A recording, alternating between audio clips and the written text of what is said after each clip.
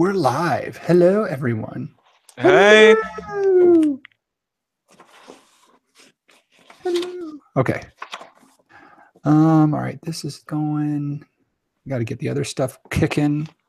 Got to figure out how to open my beer. I'm all kinds of prep tonight. You know what? Just hold a lighter to it, bro. Oh, is that the trick? That's a good idea. Over your nipple. That sounds like a great idea. I think it boosts our ratings. Different demographic, though. Yeah, a little bit.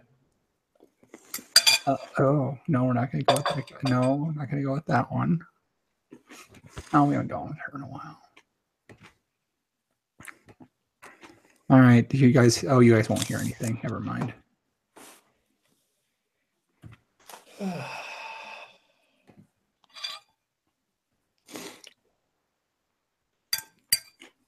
Who told you to do that?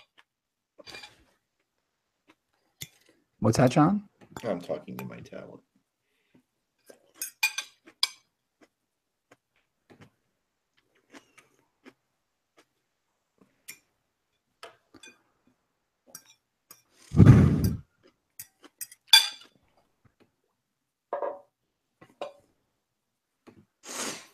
Yeah, so I got 2 brews, but while I'm waiting,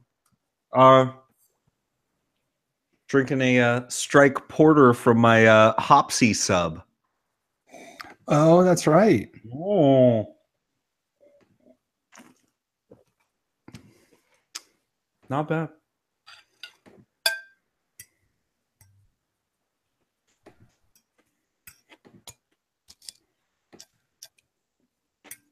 Can you guys hear me? Yeah. Mm-hmm. Do I sound terrible? A little back slap. A little pitchy dog. Yeah. No. It's not crunchy. Your volume went way up when you did the thing, and there was some back slap. It looks like it just went away though. Okay. All right. Well, why isn't sound working then? Let me try.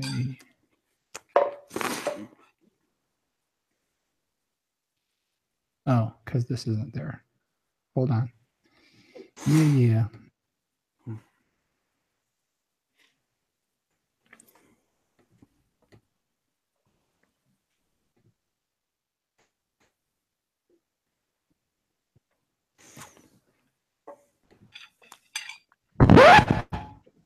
Yes. You guys hear that? Yes. Mm-hmm. All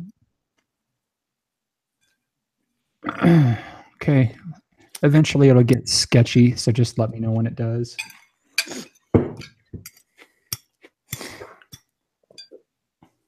About done with that salad there, Solomon? Almost. You let me know when you're ready, and I'll throw it down. Did I see a shrimp disappear down your gullet? Mm-mm. Just chicken. No.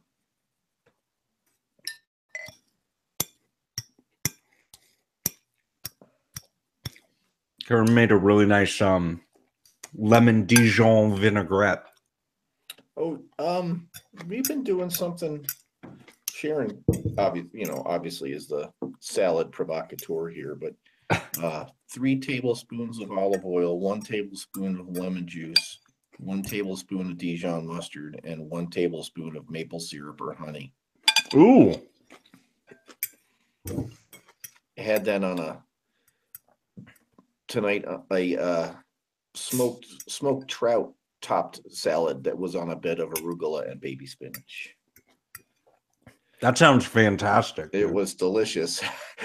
After eating nothing but rich food for a week, we're just like, what are we going to eat tonight? She said, we're going to have to stop at the store because we're not ordering a pizza. I want a salad. And I'm like, yeah, that's a good call. Because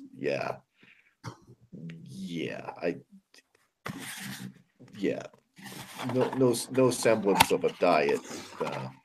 Oh, you picked up one of those. Yeah. Mm. One of those. Oh, you're sketchy now, bro. Yep. Word.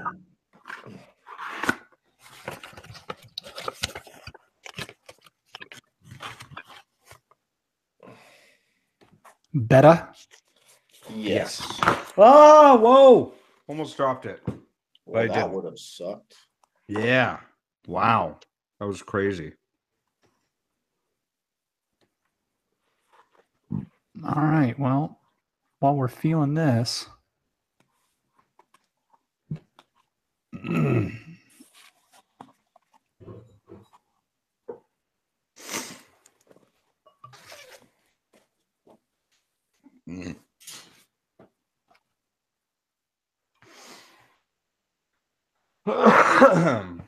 All right. You guys all set? Yeah. Yes. Let me see if I can put my drink somewhere where I won't spill it all over my both computers here. Okay. Hold on. I just got to do this real quick to just kind of get us moving here. Oh wait, you guys can't hear this. Hold on.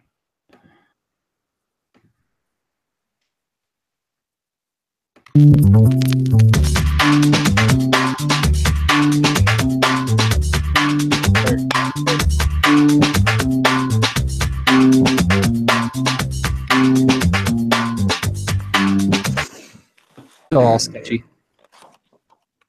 That was a little sketchy. Yeah, it wasn't that bad though. All right. And let me hit record.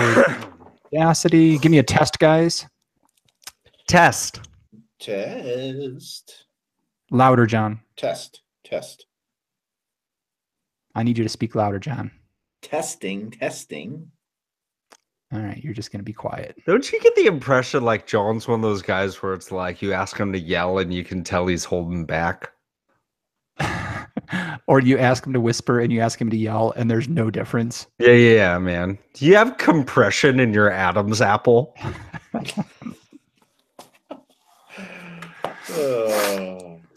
What are you talking about? I'm whispering.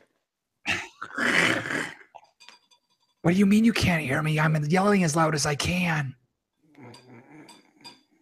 All right, here we go.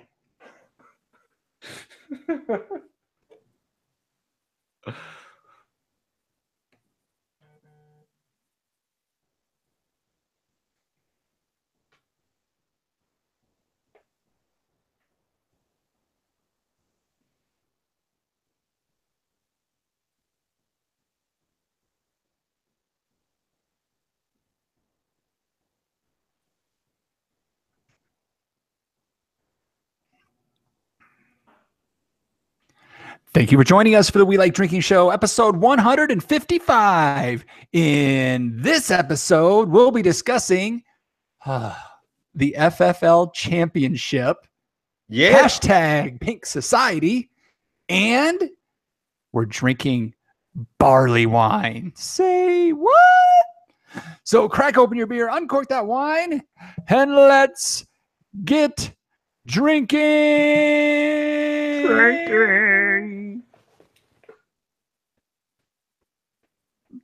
Oh, folks. So like, you're listening to a podcast right now.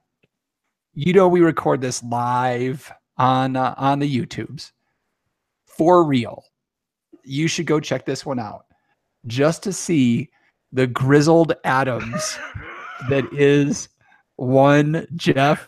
I haven't shaved in 7 hours and my beard touches my knees, Solomon. Come on now. Come on. That is it's to the point, Jeff, where I don't know which is longer, the hair on top or the hair on your chin. That's kind of the move. I'm trying to I'm trying to look like I belong in a Belgian abbey or something. it's it's a fine growth, sir. Oh, It, thanks. welcome, it looks everyone. better with the shoe polish washed out for sure. Come Does on. I haven't done anything to it. By the way, I have had randomly in the last week like 5 different people like look at me that haven't seen me in a while in person. They go, "Dude, you like put something in your beard or something?" Here's what it is, Jeff. Here's what it Yeah. is. It's very unusual that someone's beard is darker than the hair on their head. It's not They- though. They're Is it usually really? like John and I, where it's all gray and lighter, but yours is like black. I do have like 2 gray hairs, like I've been saying. Okay. Everybody get on the Okay. YouTube. Come check All them right. So cheers, folks. Welcome to episode 155. This one's good. This one, I don't even know where this one's going to go. But before we get into what we're talking about, since I already talked about it in the opening, is I need you to go subscribe and share this podcast with your peeps.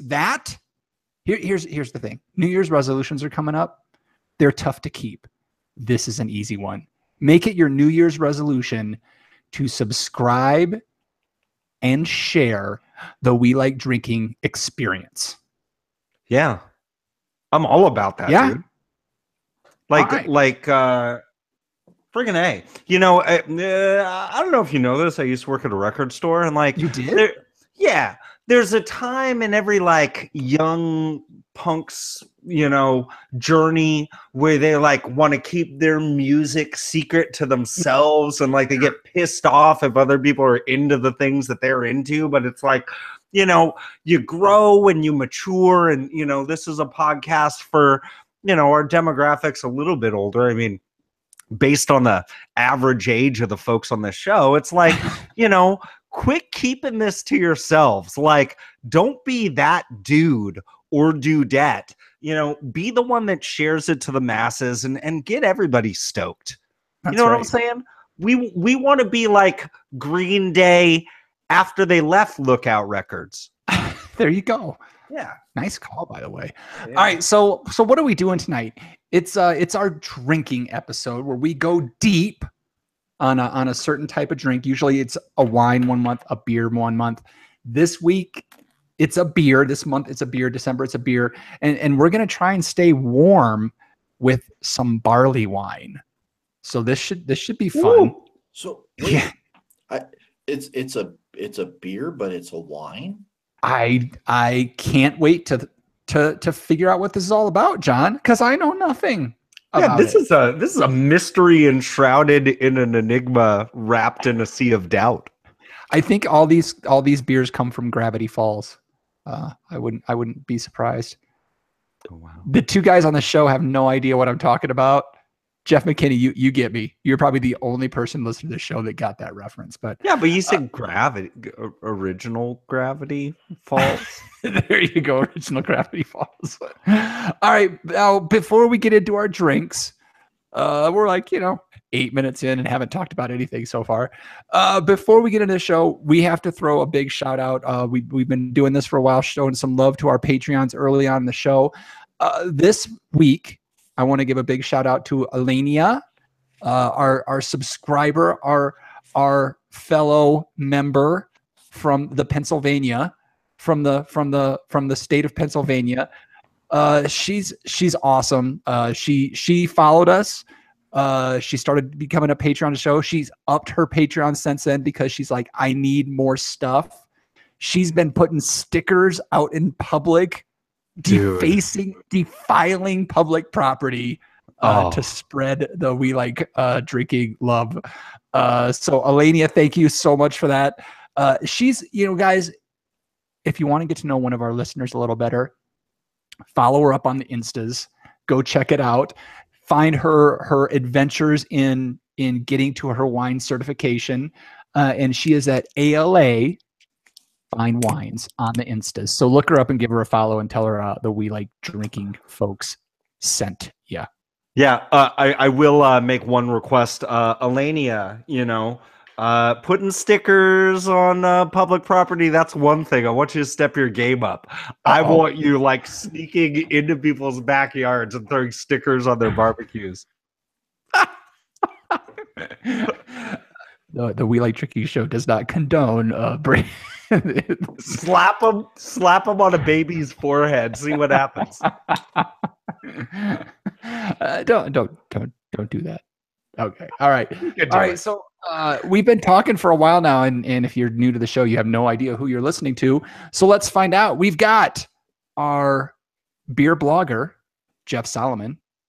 Beer blogger, I'll take it. Or a wine blogger, whatever you are. You want to add anything else to your title? Certified California Sustainable Wine Growing Ambassador? Yeah, I did want to say Dave the vegetarian texted me right now, and I told him to leave me alone because I'm recording. And he said, but I'm drinking Sangiovese from Paso Robles. So I guess it's okay. You can keep that. Hey, Dave. Good stuff. We've got our, I guess if I said Jeff's a beer blogger, I guess we've got our wine brewer, John Ruyak. There you go. How you doing, John? Barleywine brewer, it counts, right? There you go. I've never brewed a barley wine. Oh, tragic. And I am your host that can't think straight or speak straight, Jeff Eccles. Welcome to the show, guys. Let's get right into this and not talk about barley wine yet. Let's go straight to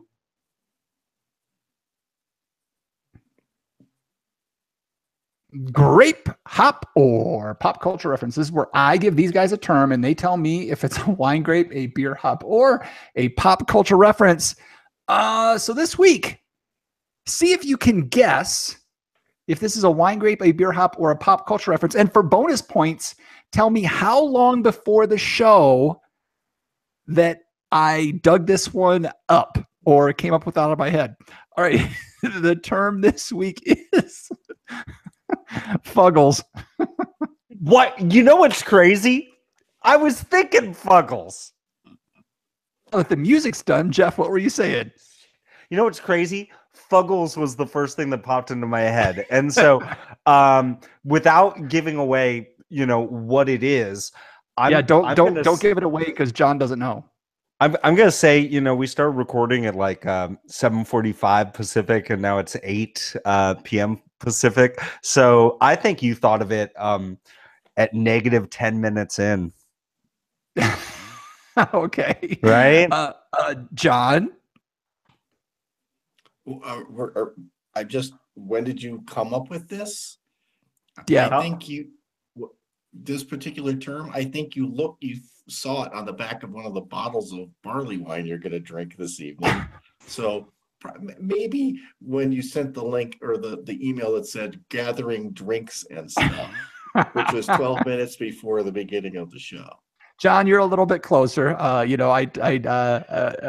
It's been a long day and I forgot about reference. So yeah, about 10 minutes before the show. December, and there's reason to believe Fuggles is a hops variety.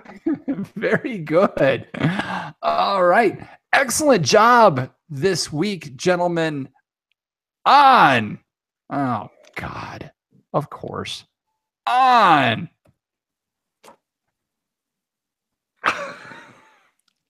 Grape hop or pop culture reference. All right, guys.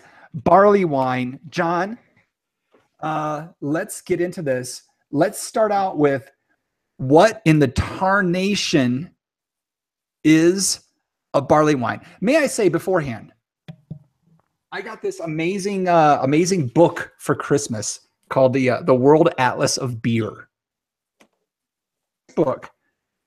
So we're getting ready to do barley wine. I'm like, I'm going to consult my new book. How many pages there are on barley wine? There's probably a half a page. Your book. This is what it has to say about barley wine. Term used historically to denote the strongest beer in a brewer's portfolio. Carbonation or even flat with the strength of a light wine. Nowadays, it is more often a specific style of strong ale, which is hoppier in the American interpretation.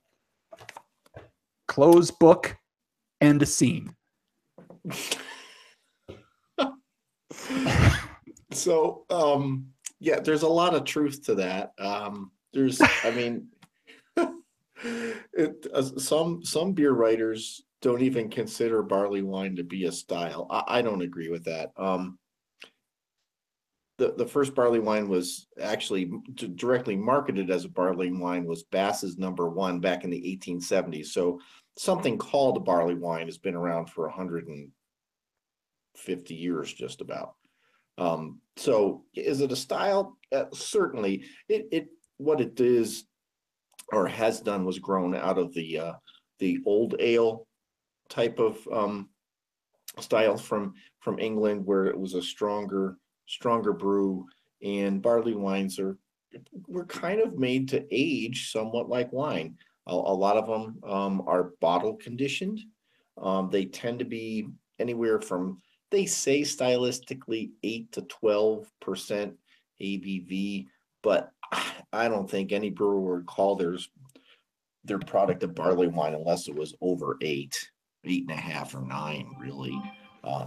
They're not supposed to be. The English interpretation is not very hoppy, and the couple of barley wines I've had from there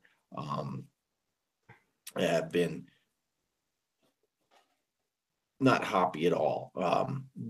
Some of the other ones that I've had from the United States, I think Old Foghorn from Anchor was a fine thing, and they came in a smaller bottle, a 7 or 7.5 ounce bottle. A lot of the English would call that a nip. Uh, what's the other one?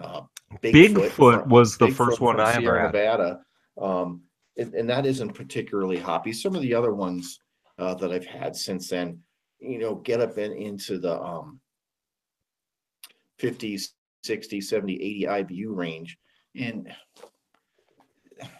to me, you're trying to be in a Russian Imperial Stout, or do you want to be a barley wine? I think a barley wine is generally tend to be lower IBUs.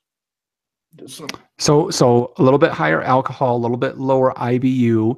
Is it a really dark beer? Is it, what are we looking stylistically to tell us that this is a barley wine?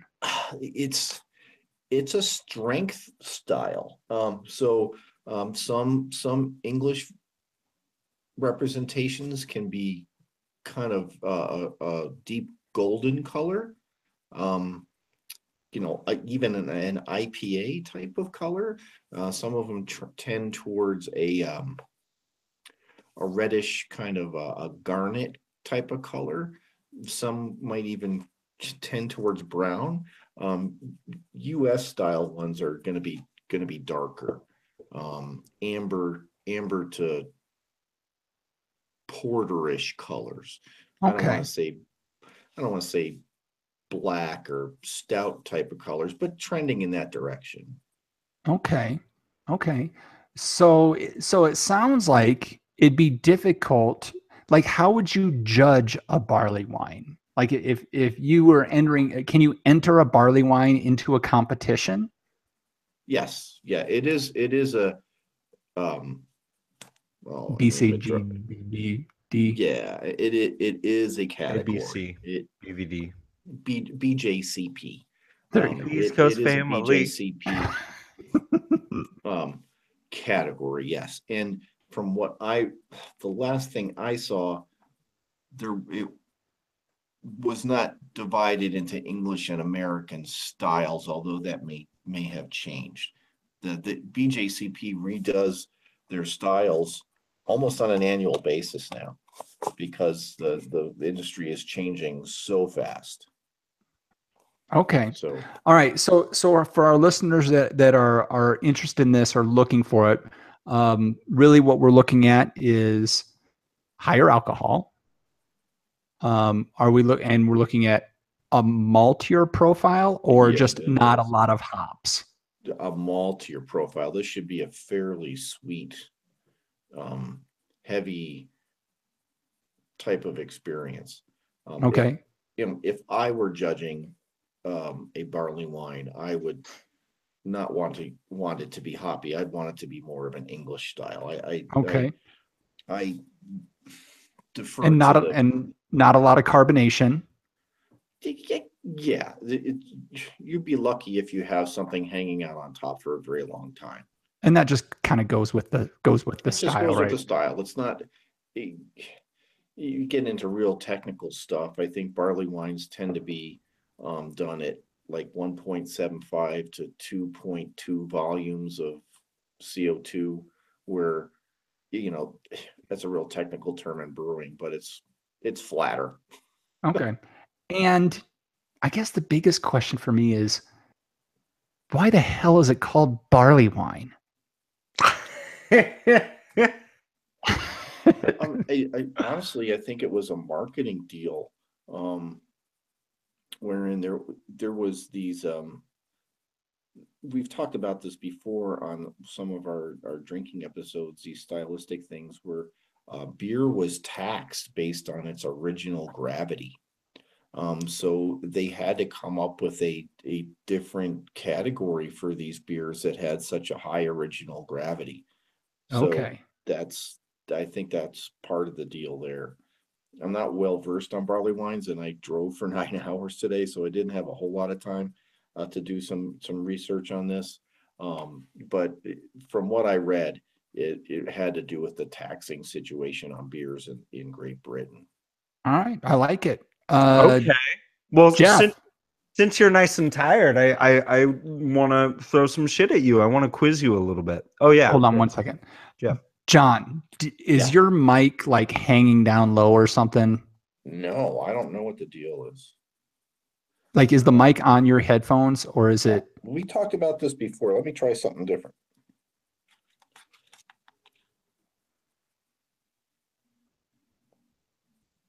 Ooh. Is that better? No. I hear you differently. Yeah, because you're pointing toward the wrong direction.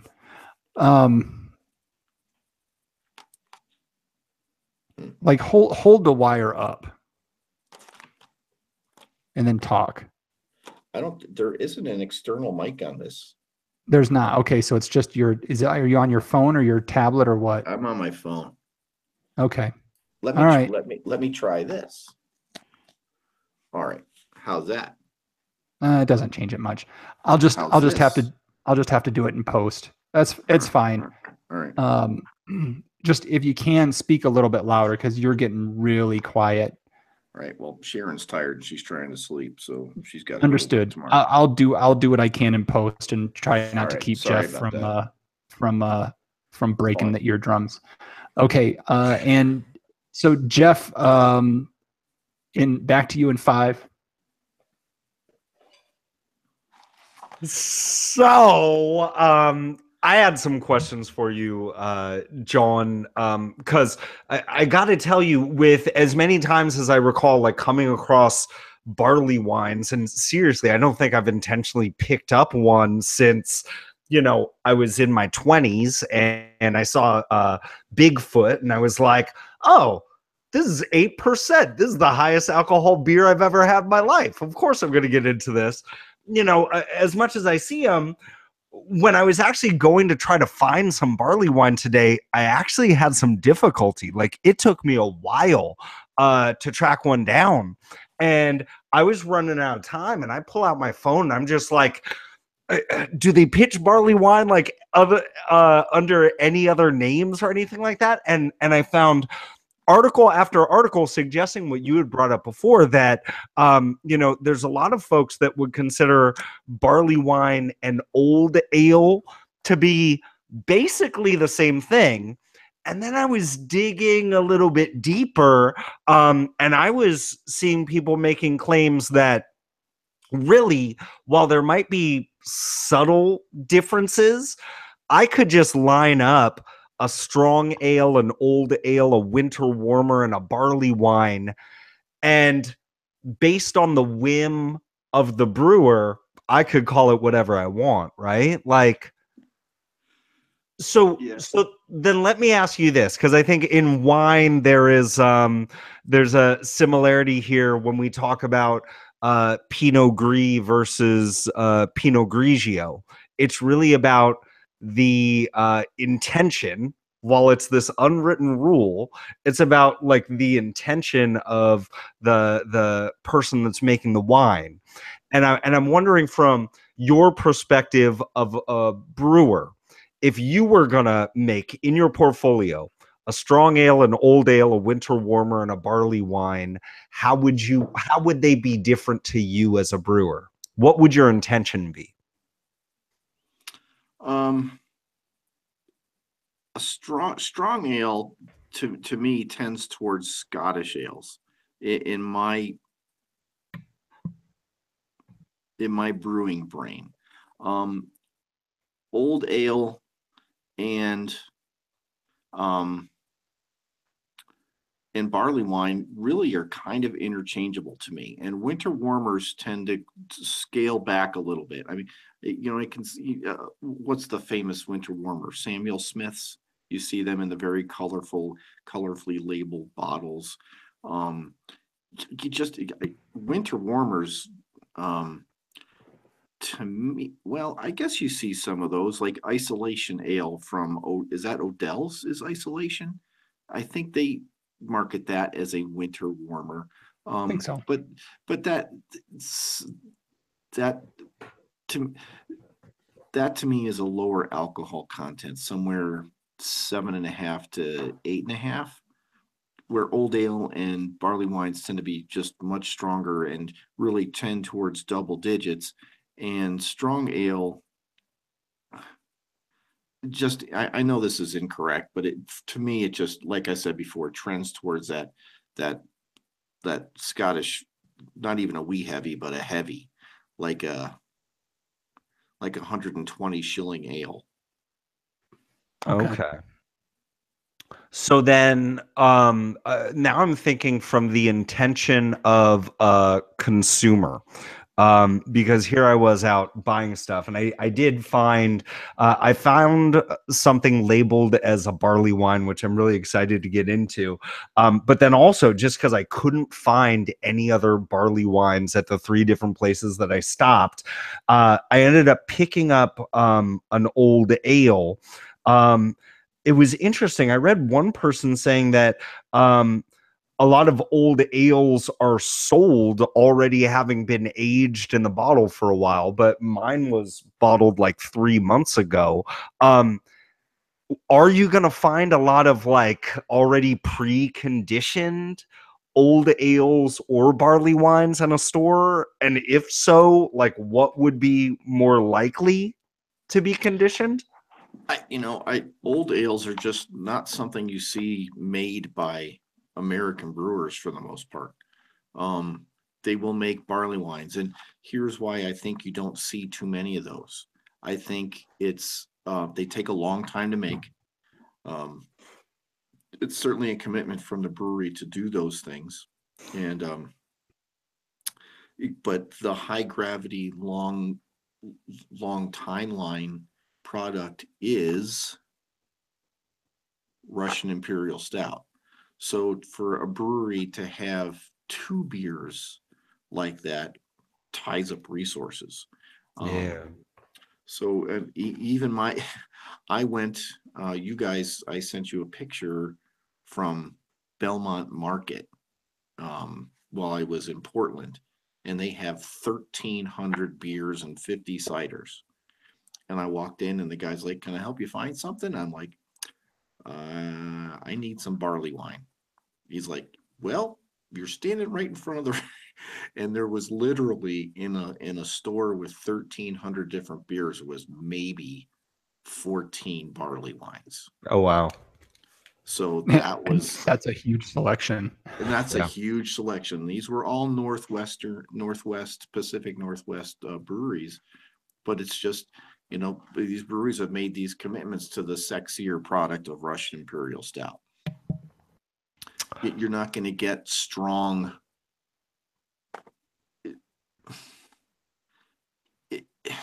I don't want to. Is it its distinctive product? Yes, but it doesn't have the romance of Russian Imperial Stout. It doesn't have the name recognition name recognition. It doesn't have the backstory about. Well, honestly, even if I just thought about the association with chocolate, You were talking about like sexy, you know what I mean? And like I can get that where it's just like, I like chocolate. Says it tastes like chocolate here. Get them strawberries, get that whipped cream.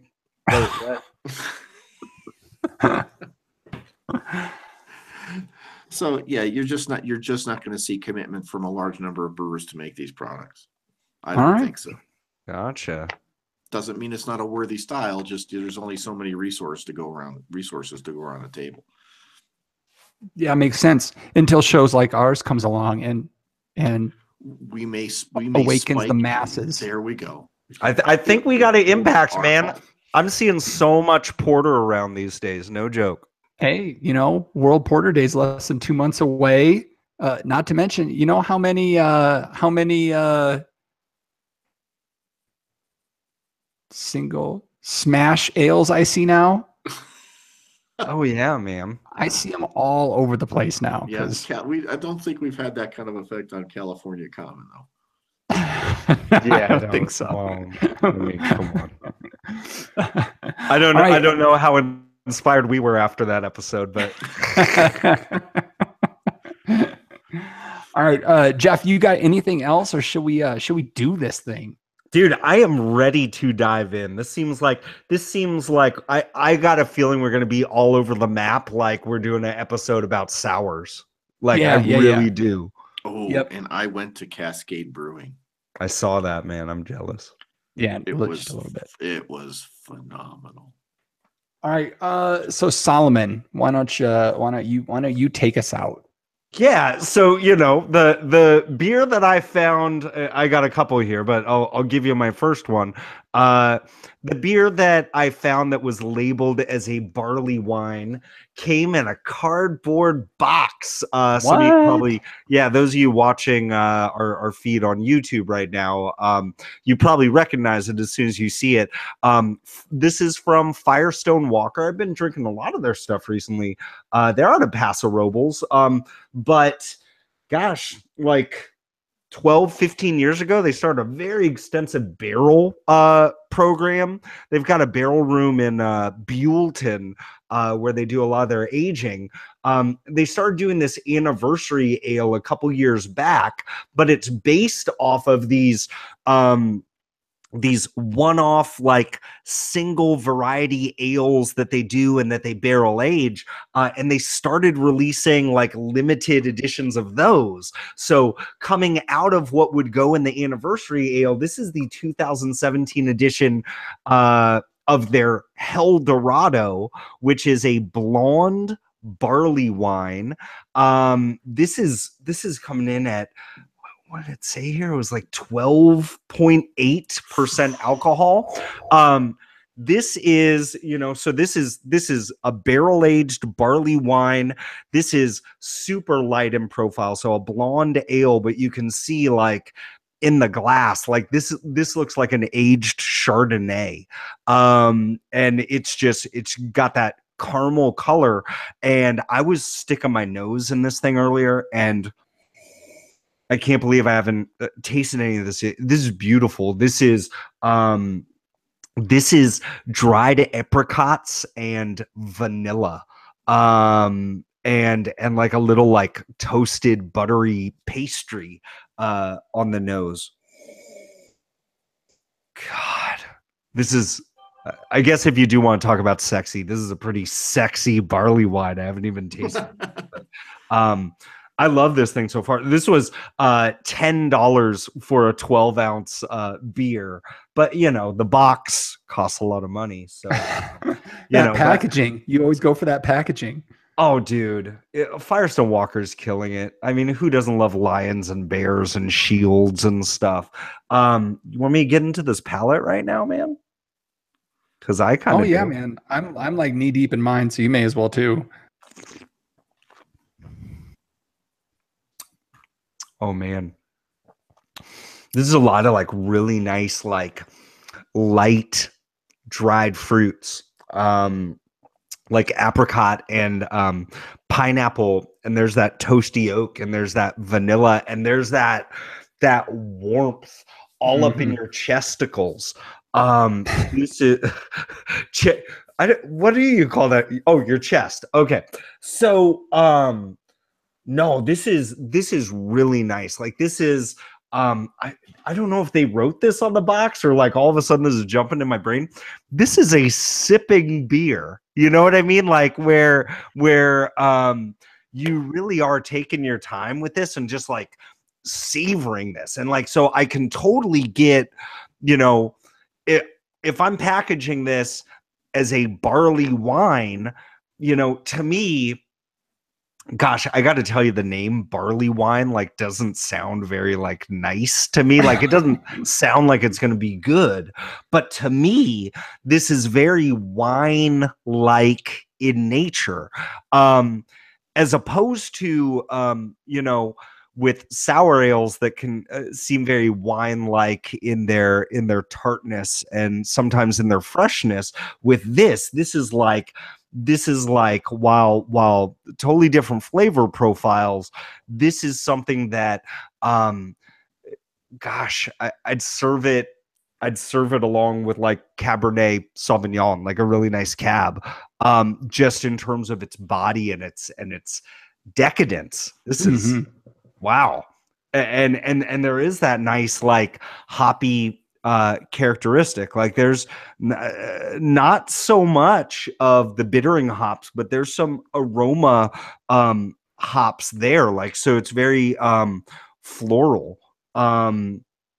Yeah, it's almost like it's whiskey meets Chardonnay meets Viognier meets Cab meets Syrah. Like this is really in a beer. In a beer glass. Oh wow. That's awesome. It's a good $10, man. Nice. Go get so knowing what you know, and we've done the Russian Imperial Stouts in the past, and we've had some other barrel aged beers. Would you say this style lends itself better to barrel aging than other styles? You know, this on its own, and knowing what I do know about Barleywine, which is like it's this and Bigfoot. And Bigfoot I haven't had in a very long time. And so I will say like this to me tastes nothing like Bigfoot tasted. It's also interesting that it's a blonde ale barley wine. So color wise, it's really throwing me off. I will say though, like this is savory, this is rich, this is decadent. To me, this is like it's just I think it's just something else for the portfolio. You know, like I can this is if more barley wines taste like this when they are aged, I'm all about it. And I haven't had many. And like, dude, come on. This is a 2017. Like this does not have much age on it. You know, there's a little bit of oxidation from the fact that it was in a barrel. And I can see that it's sturdy, like it could hold up. But man, it's really tough for me to say. If all barley wines taste like this in a barrel with some age, then Russian Imperial Stout can go the way of the dodo. Nah, I don't know if I'd go that far. No, like to me, I think there's a place for both of them. And while flavor profiles are going to be different, especially with a blonde version here, while those flavor profiles are going to be different, it's like, you know, it's like, gosh, can Cabernet and Sauterne exist at the same time? Like, yeah.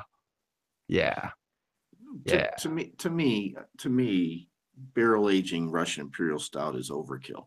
Well, why do you need? There's already 5 or 6 flavor profiles within a good Russian Imperial Stout. Why do you need to add 3 more? Oh, I gotcha. All right. I was going to kind of go the same way. Like what I'm tasting in this one see, like, it seems like it would fare much better with barrel aging than a Russian Imperial Stout. And I don't know if this one, was barrel aged or not. I don't think it was, but I could see where it would be a good addition. Yeah.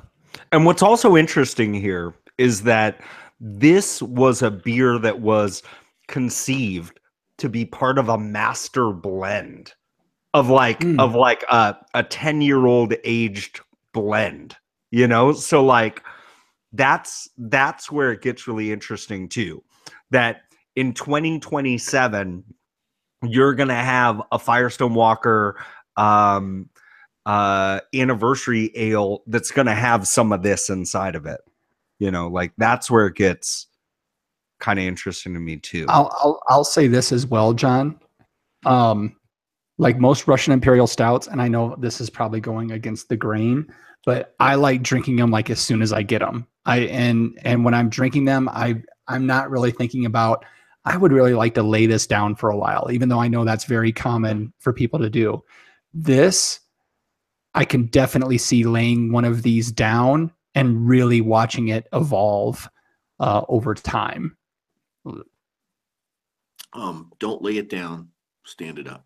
Right, absolutely. I understand what you're saying. Yeah. I just think you're gonna see, and I've had some 2-year-old Russian Imperial Stouts that tasted different to me from what I remember that product tasting like when it first came out, because it was bottle conditioned. But I think the way these malt profiles work themselves out in a barley wine, that you'll be able to see a more marked difference in a bottle conditioned barley wine than you would in a Russian Imperial Stout. Even though I can notice a difference, and I'm sure you guys would notice a difference, I think it would be more apparent in a barley wine. So I think it's a style that lends itself to, aging and barrel conditioning. So I didn't get a barrel conditioned one, but I'm really interested to try to find one now. Well, let's hear what you did get, John. Well, I got this is from Sun River Brewing in Sun River, Oregon, and I picked up the Motorhead Black Barley Wine Style Ale. And the color on this is not black. I would say it's, you can see some red through it, down on around the edge of it in the glass. I would say it's darker than yours, Jeff, and certainly absolutely certainly darker than Solomon's. This one actually does have a little bit of a head on it, but you can smell the malt. You can smell the chocolate malts that are in this, although they're not really apparent on the palate. I've already tasted this. The other coloring malts is probably 120 crystal or something like that. I don't think there's a carafa in this, which would give it a lot of coffee type of notes that aren't in this beer, since I've tasted it already. But just as a more direct, and as I'll give you these flavors.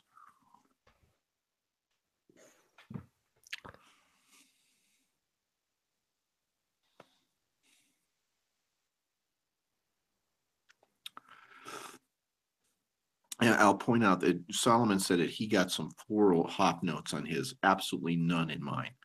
No hop notes whatsoever. You can taste the caramel, the rich caramel notes in this that come from a highly kilned malt. The sweetness is there, but it's not very glassy.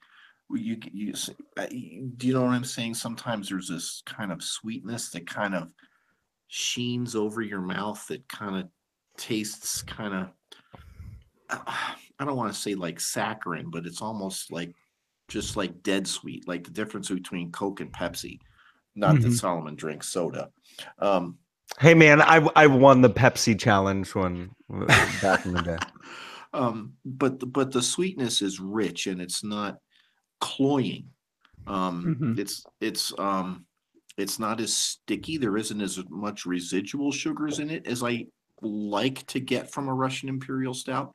I like there to be, I like my Russian Imperials to have tackiness to it. This doesn't have any tackiness. It's sweet, yes. It's not dry. I would put this in a medium sweet category. There's definitely a little bit of chocolate note on this, and that's almost just a given with such a dark flavor.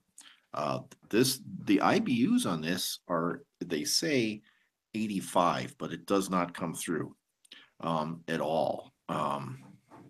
It's a very smooth on the palate. So the carbonation, even though I have some head rising on my beer, it's very minimal. It never rose up more than that. So there isn't a lot of carbonation bitterness in the flavor. You get the warmth of the alcohol up through my sinuses, not in my chest. So this one clocks in at 10.2. At what? 10.2. Okay.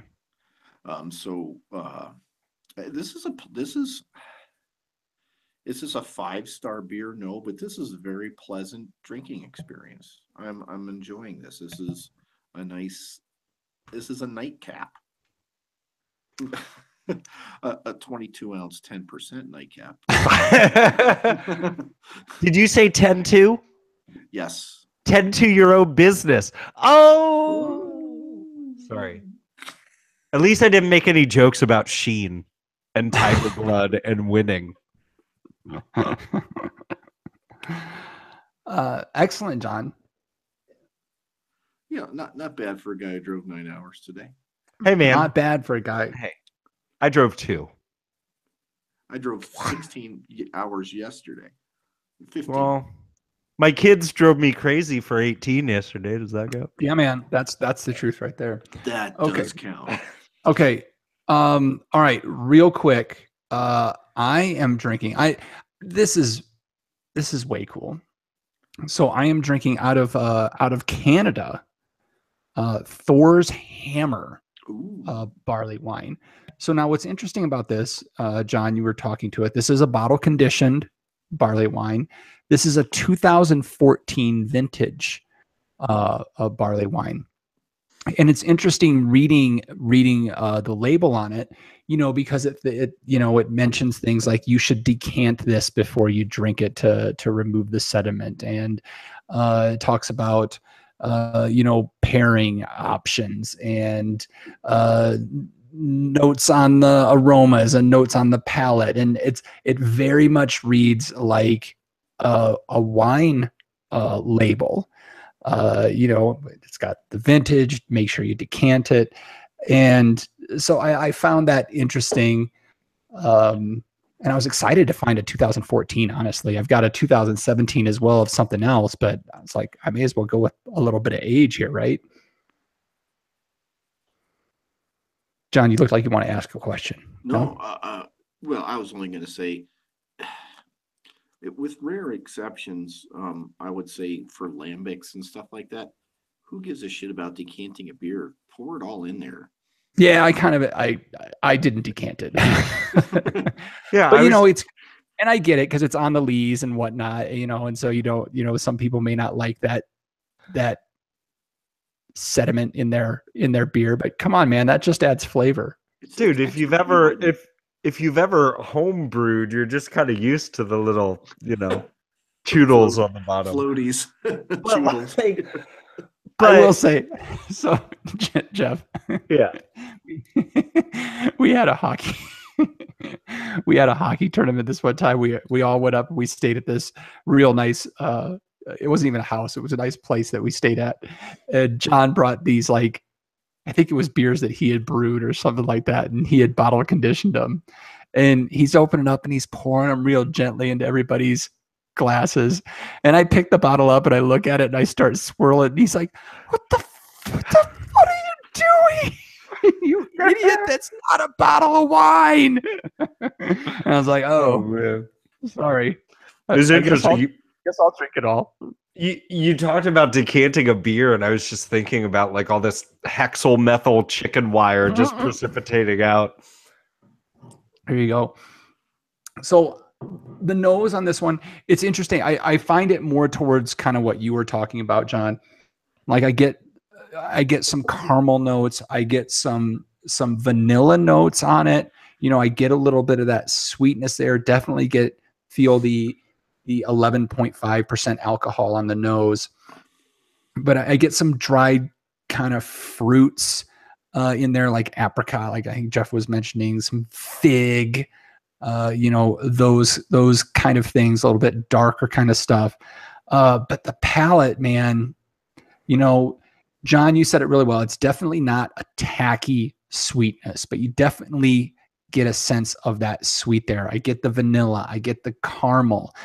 I don't get a whole lot of the heat. I was expecting to get a little bit more of the heat there, but I'm really not feeling it. Let's see what else here. That's a good job of cellaring that beer during the fermentation. That means they kept it. It's a low and slow cooker. You want to keep the fermentation temperature low on that, but it takes a long time. Sometimes you'll end up redosing yeast in order to get these to finish up. Okay, and there's a toastiness about it, not like toasted wood. Like I'm not getting like barrel notes out of it, although I am getting vanilla, I am getting caramel, I'm getting a lot of those notes in there, a lot of the same kind of dried fruits. But man, this is just a really nice ale to be sipping on. Go ahead. The flavors are more sublime than other higher gravity beers, like a double IPA. You should get some good malty notes out of a double IPA, or a Russian Imperial Stout, or a Scottish wee heavy, or just a Scottish heavy that's got a lot of peat in it. I think these are, I don't want to say the flavors are muted, but they seem to be a good barley wine. It should be nuanced. Yeah, it's not aggressive, right? I mean, a lot of the beers that we drink these days, especially, I still like IPAs, but sours are big, and all these things that are very aggressive in their flavor profiles. And this and some of the other English style beers, the Trappist that we've had, they're not aggressive in their palate profile at all. They're and they're not subdued. I mean, they're there, but they're not in your face, screaming at you and calling you names and pushing you down. Hey, be quiet back there. Do I have to pull this car over? Right. Sounds like you had a flashback to junior high. Hey, I don't want to talk about that. All right, man. All right. All right. Nice work, guys. So Solomon, John, dude, don't chug your barley wine, for Christ's sake, dude. Hey, real quick, because I know we are about to move on. I do want to talk real quick about this other beer that I got. I am diving into the Jackrabbit Brewing Company. This is from West Sacramento, separate city. This is their Graybeard Old Ale. Tasted nothing like what you guys were describing or what I tasted in my glass. Just tastes like a really nice, like dark roasty ale. It almost tastes like a stout, if I'm being honest. It's 8%. It's very tasty. I don't think it's part of this conversation though. Well, great. Thanks for that. I don't know why you called it an old ale, guys. And there's no age on it. It's time stamped from 3 months ago. It's very good though, Jackrabbit. I like it. And can I just say the finish on this thing? I'll still be tasting this thing next Tuesday, I think. It's gonna be. It's like nacho flavored. It's like ranch Doritos. Oh God! Right. It's like a Dorito Taco Loco. Okay. All right. Good tasting, guys. Patreons.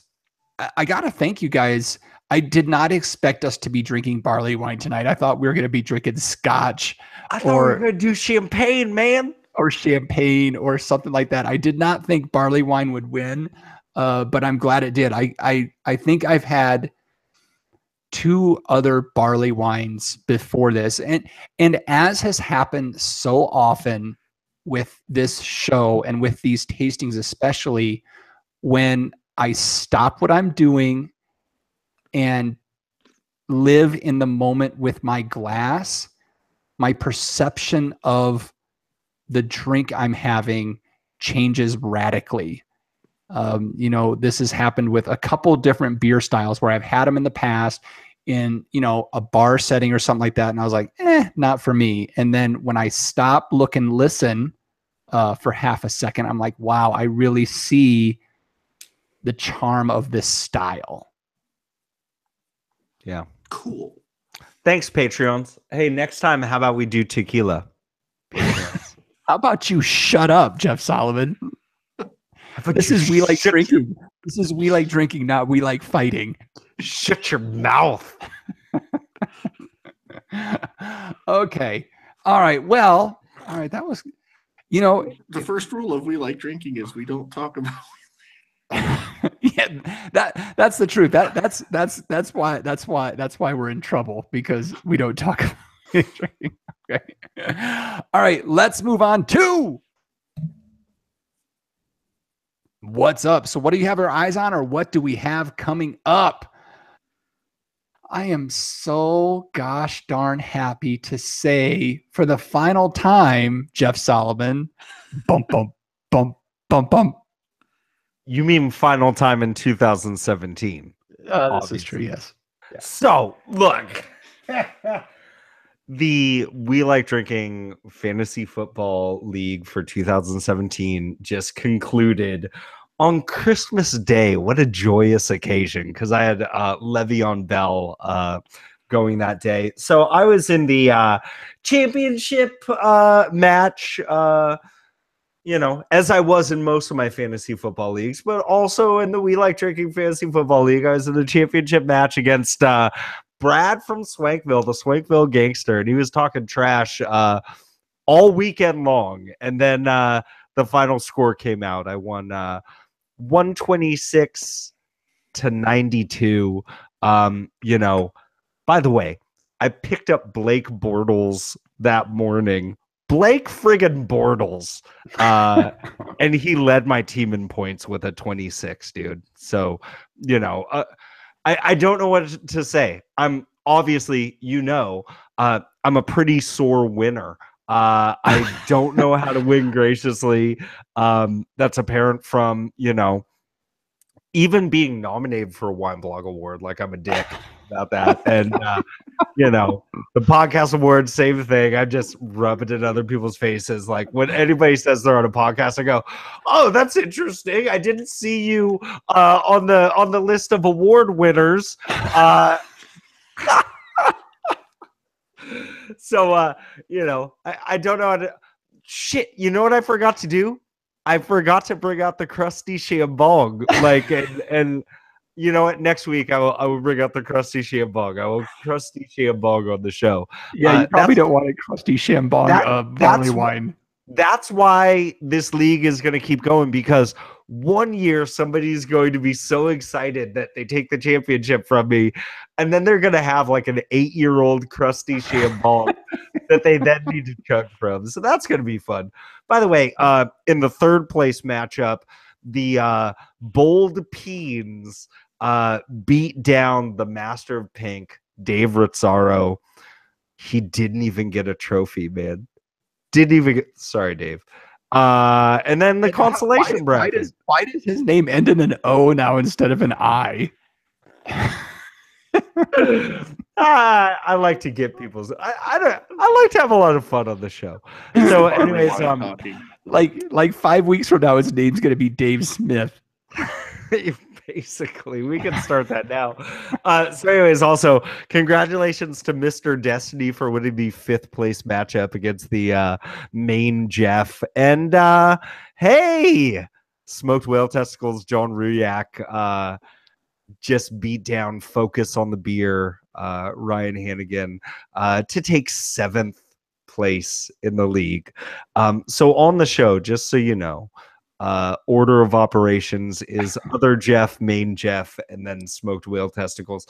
But seriously, no joke. I just want to thank everybody for. I did not think we were going to end up with like a 14-team league the first year off the bat, and that's super exciting, and it makes it so much fun. And like honestly, like yeah, you know, I'm a pretty skilled player, but no joke, it takes a whole lot of luck too. You know, it takes Kimberly drafting Tom Brady when she should have drafted Le'Veon Bell, like those types of things. Like you don't know that's going to happen, but no, like you know, I really do want this to keep going. Like obviously, there are going to be years that people are going to clown me all year long because my team's going to stink.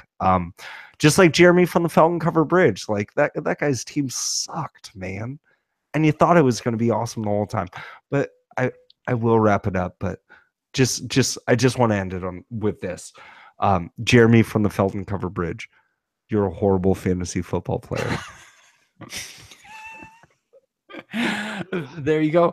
And congratulations, Jeff. I mean, really, from week 1 when you scored 278 points or whatever it was against me, you really never looked back. There was only 1 week where somebody actually like tied you for first place in the league, and then that person went on like a 5-game losing streak to end up in like 6th place. Yeah, like no joke. Was it Holy Pope? Like no joke, dude. Like your team reminded me of the Kansas City Chiefs this year. Like I was really scared at the beginning of the year, and then like I don't know what happened, man. But honestly, again, thank you to Sloan. Sorry about last place, by the way. So like I really like I was just super excited. Like this was so much fun, guys, and let's keep it going. Yeah, thank you to everybody that came out and did it with us. It was a lot of fun. I hadn't done fantasy football in like 10 years, so it was a lot of fun to actually get back into it and find myself actually on Sundays watching games again. That hadn't happened in like 7 years. The Olympics are coming up. Are we gonna do like fantasy curling? No, yeah, fantasy curling, that might be fun. We can totally, well, we can set up I've been trying to do the Fantasy Bachelor League for a long time. You know, anybody who's down, hit me up at otherjeff@welikedrinking.com. We can make this happen. I need to find a Crickets audio, apparently. Okay. So a couple things. I had to miss it tonight. But our good friends Kimberly and Dave over at the #Pink Society put on another rockin' pink #Pink Party. Pink Party 10? Was it, Jeff? Was it Pink Party 10? Pink Party X. It's like the iPhone. Holy cow.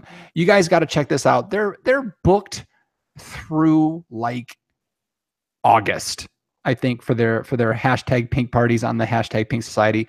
Awesome community, great discussions. If you're looking for a little bit of wine fun, check out #Pink Society on the twits.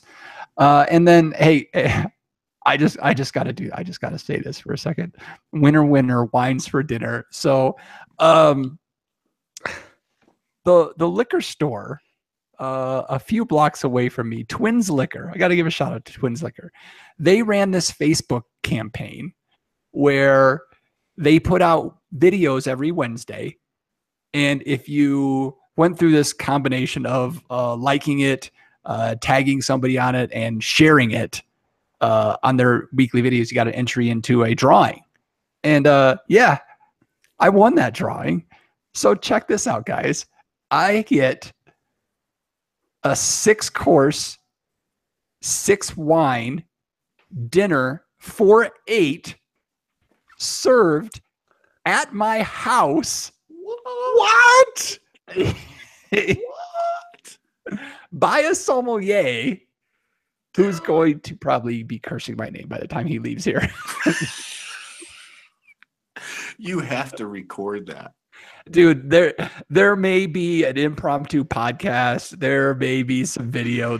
I don't know what's gonna happen. Oh wow. But thank you to Twins Liquor and Scott the sommelier that does the videos. I am super stoked for this, and I cannot wait to tell you guys about it. So awesome. That's nuts. Here's what I know. When it comes to like games of skill, like fantasy football, like I always win those things. But when it comes to lucking out and winning contests, like I think every once in a while, like Jeff Eckel's name always pops up, dude. Like he won some stuff from Joe Roberts a long time ago. Oh, that's right. Yeah. Yep. Yeah. Yeah. I think he might have won like some wine diaphragms from Stay Rad Wine Blog one time. Yeah. I think you won those from me, didn't you? I think I won a beer mile, if I remember right. Oh, come on. Again. Luck. just because of your gut. Okay. Moving on. Oh my goodness. If we're already like over an hour on these damn drinking episodes, it must be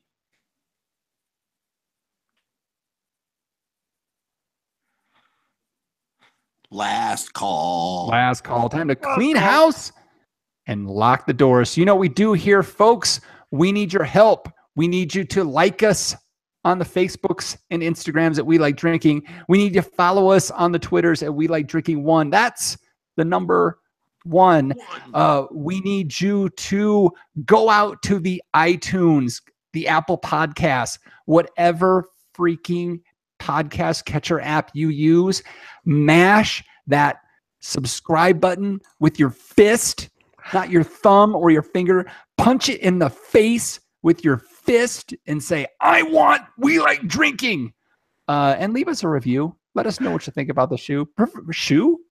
Shoe? Let us know what you think about the shoe. It's a really good shoe. It's a really big shoe. That's a really Let us know what you think about the show. Give us that 5-star review, not the 2-star review, not the 4-star review, Doug. The 5-star review is what we're looking for. And let us know what you think. And then if you've done all that and you're like, hey, man, here's the thing. If you're listening to this show and you think this show is honestly worth a quarter, 25 cents is about the dollar amount I apply to the value of this show, then please go visit welikedrinking.com/pledge and leave us, join our membership, get access to all kinds of cool stuff, and leave us a quarter an episode or $1 a month. Sometimes less. Sometimes it's less than 25 cents an episode. I mean, yeah, sometimes it's 20 cents an episode. I think we are at the very least equivalent to a little like plastic thing of slime or like a bouncy ball. Honestly, we do the bonus podcast, the after party, so that's like 15 cents a podcast. Yeah, that's at least like a sticky hand. Yeah, like if you're still listening to this episode, there's some change in your ashtray that you could give to us. That's all we're really saying. Is this worth 15 cents? If they can unstick it from all the dried coffee in their cup holder in their car. That's right. Look, here's what I'm saying. You're in the grocery store listening to us while your earbuds are in. You're staring down that Ramona Pinot Grigio. Here's what I want you to do. I want you to look left, get that Albarino. It's cheaper. It's better. The money that you saved, throw it at us on Patreon. You know what I'm saying? I guess all we're asking for is a package of ramen a week. For as little as the cost of a Hot Pocket. I mean, Hot Pockets are pretty pricey.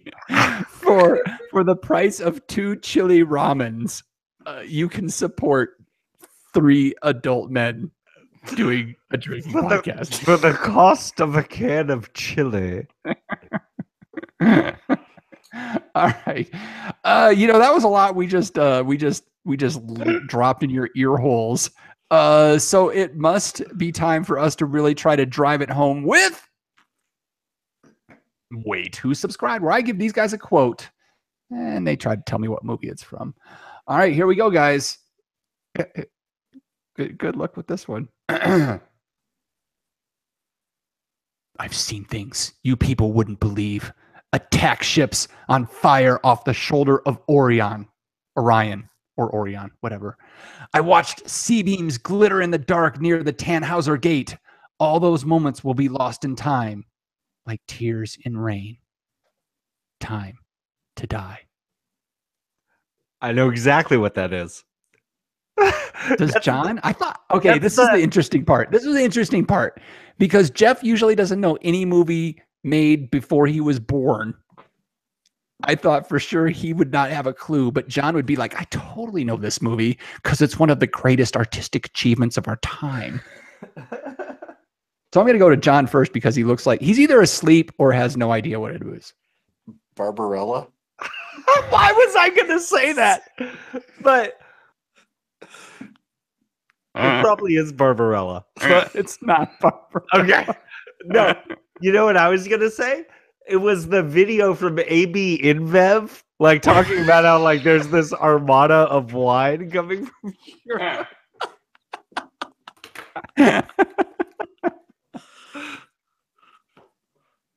Oh, that's good. All right, Joe. So Jeff, what is it? Orion. Orion, yes. Wine. So what is it, Jeff? No, I so honestly, that was it. Oh, I just had a joke. And I was going to say Barbarella. That was seriously going to, like, twice tonight, you guys have taken my jokes. Quit taking my jokes. All right. Well, okay. This movie starred Han Solo. Oh, Flesh Gordon. God. What the... I'm not even going to go any further. It was Blade Runner. Moving on from, I don't know, mute Jeff, somebody. He can't talk anymore. The Han Solo movie. Moving on, you can also find the show notes for this episode. All the links or stories are meant to be had at welikedrinking.com/podcast. I'm kind of scared to get into this portion where we let these guys freestyle, but okay, panel, let's take one last trip around this table, get some final thoughts. I'm scared before we shut off the lights. John Ruyak. Well, since we're talking about space movies, didn't they have like a whale on that ship in Star Trek the one time? He had an unfortunate accident and his testicles wound up in some smoked beer. You know, you said all that, but you didn't say it. Oh, you mean they smoked his testicles? His whale testicles? They smoked his whale testicles? Holy Jeff Solomon. Smoked whale testicles? Fair enough. And I'll just say, folks. Oh, that wasn't my thing. Hey, man. Oh, let me say you had more? Yeah, man. Some people say this show is bipolar. It's not bipolar. It's by winning.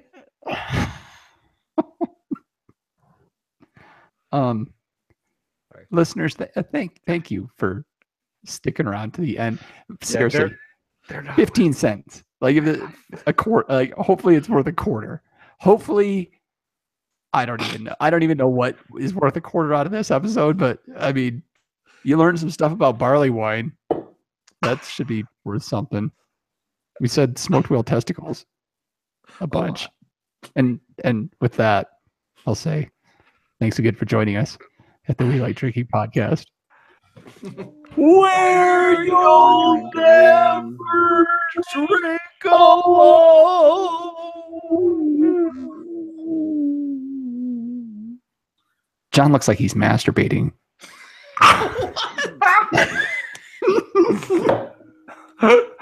Yeah, everybody goes like this.